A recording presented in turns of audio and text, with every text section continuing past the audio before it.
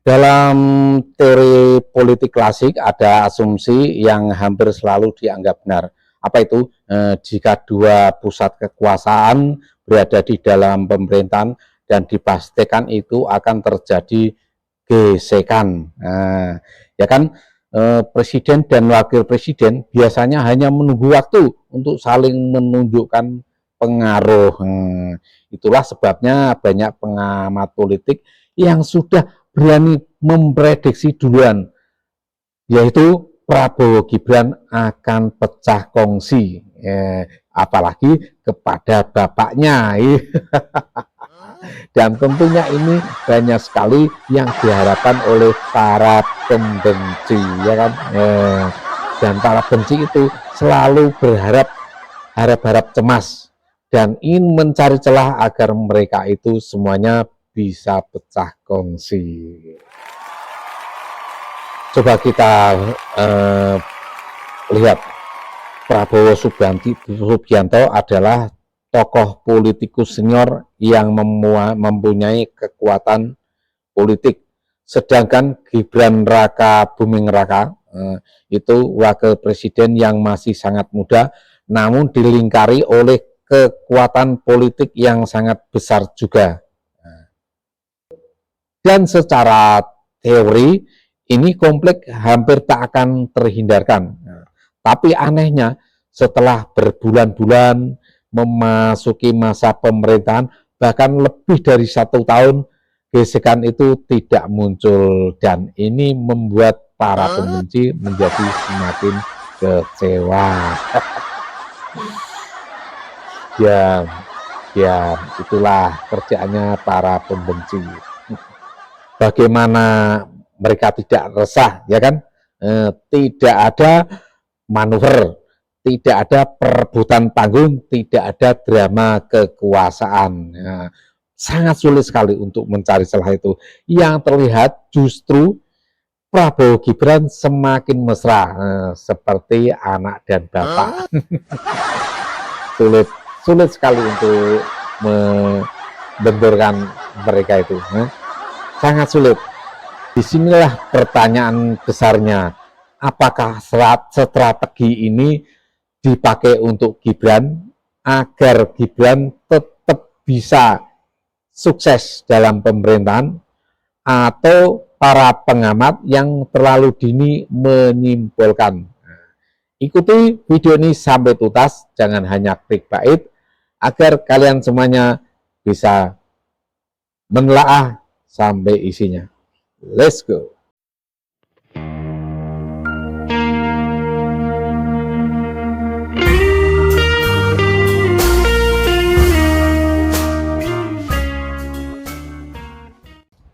Teori konflik yang gagal total dalam ilmu politik modern, ada satu teori klasik, yaitu power tends to compete. Ya, artinya dua pusat kekuasaannya biasanya akan saling berebut ruang. Nah, itulah sebabnya banyak sekali pengamat sejak awal membuat hipotesis sederhana. Prabowo adalah pemimpin dengan karakter yang kuat, Gibran adalah tokoh muda yang latar belakangnya politik keluarga besar.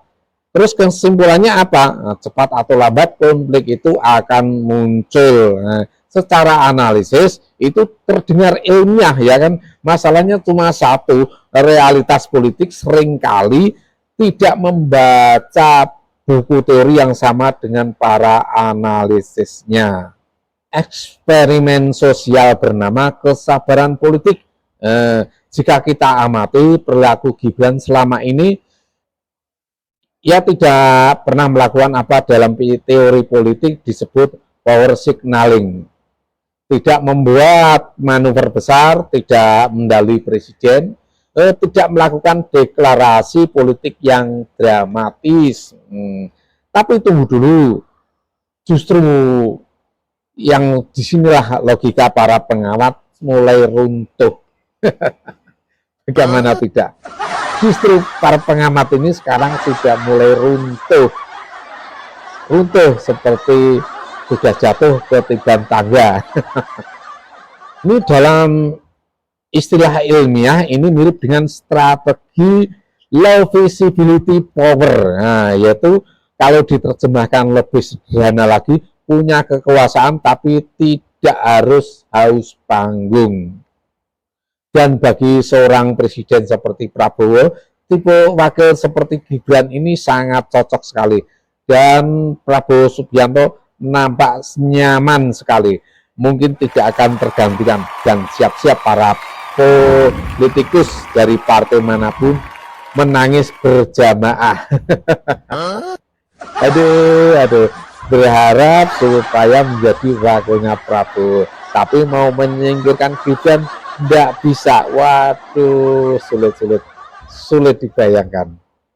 Kemudian logika falasi yang paling sering sekarang ini, mari kita lihat logika pihak mana yang mencoba untuk membenturkan mereka, ya kan? Biasanya mereka pakai pola argumentasi seperti ini. Karena Gibran anak presiden sebelumnya, maka pasti ada konflik kekuasaan. Nah, ini terdengar masuk akal sih, padahal secara logika ini disebut genetik falasi, yaitu jika seorang dokter anaknya akan menjadi dokter. Waduh, ini hanya melihat asal usulnya, menilai dari orang dari asal usulnya. Dan ini apakah otomatis dia itu tidak kompeten?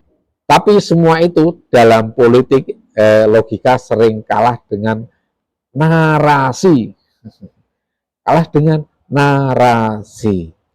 Yang menarik itu justru begini, sebagian orang tampaknya sangat berharap terjadi konflik antara Prabowo Gibran. Mereka menunggu drama, menunggu pernyataan keras, dan menunggu tanda-tanda retak. Ya, mereka menunggu dan menunggu. Ibarat kata mereka itu menunggu lautan mengering. Sampai bobol juga nggak akan bisa kering. Lautan kok ditunggu mengering, ya kan? Tapi ini yang terjadi malah sebaliknya, teman-teman semuanya. Bagaimana tidak? Presiden bekerja, wakil presiden mendukung. Tidak ada sinetron politik atau drapol, yaitu drama politik. Yang ada itu fan-fan aja, dan saling terbuka, saling dukung-mendukung. Prabowo Gibran tetap komitmen dengan visi dan misinya saat mencalonkan. Sekarang Kopdes masih akan berjalan, MBG sedang berjalan, walaupun banyak kritik-kritikan, walaupun banyak human error-nya, tapi wajar, namanya manusiawi, dan ini akan terus dibenahi dan dibenahi agar supaya lebih baik lagi. Kemudian swasembada pangan, sekolah rakyat, dan masih banyak lagi. Tidak bisa sebutan satu persatu, termasuk hilirisasi yang sekarang sedang akan digalakkan dengan Prabowo Nomi. Gimana teman-teman semuanya? Dan atas kesulitan dari Prabowo Gibran ini, akibatnya apa teman-teman semuanya? Pengamat sudah menulis teori konflik sejak awal, jadi sedikit kebingungan. Ya, mereka semua sudah membuat spoiler maupun plot twist untuk dibuat seperti itu loh, film iya kan, film-film pendek itu loh, yang Devote yang kemarin itu loh, yang akan berjilid-jilid sampai berapa itu. Mereka akan gagal dan sia-sia karena konflik yang mereka prediksi ternyata tak kunjung tayang. Dalam politik, stabilitas seringkali lebih berbahaya bagi lawan politik daripada konflik. Kenapa? Karena konflik memberi celah, stabilitas menutup celah. Jika hubungan antara Prabowo dan Gibran tetap harmonis, maka narasi perpecahan itu akan menjadi sulit teman-teman semuanya. Dan tanpa arah, energi politik oposisi otomatis berkurang. Otomatis saat ini banyak yang loyo. Seperti itu loh, habis tempur di tempat tidur, mereka akan loyo dan loyo. Ya, mungkin kita sering melihat sebuah fenomena politik yang menarik bukan kekuasaan melainkan eksperimen kesabaran. Nah, di mana seorang presiden memahami satu prinsip klasik dalam politik. Kadang kekuasaan yang paling kuat justru datang dari kemampuan untuk tidak terlihat sedang berebut kekuasaan. Dan jika situasi seperti ini terus bertahan, maka kalimat Jokowi itu sangat tepat sekali, yaitu Prabowo Gibran 2 periode. Ya kan? Dan ini mungkin bukan sekedar komentar santai, tapi melainkan hipotesis politik yang perlahan-lahan mulai kelihatan logikanya, ya kan?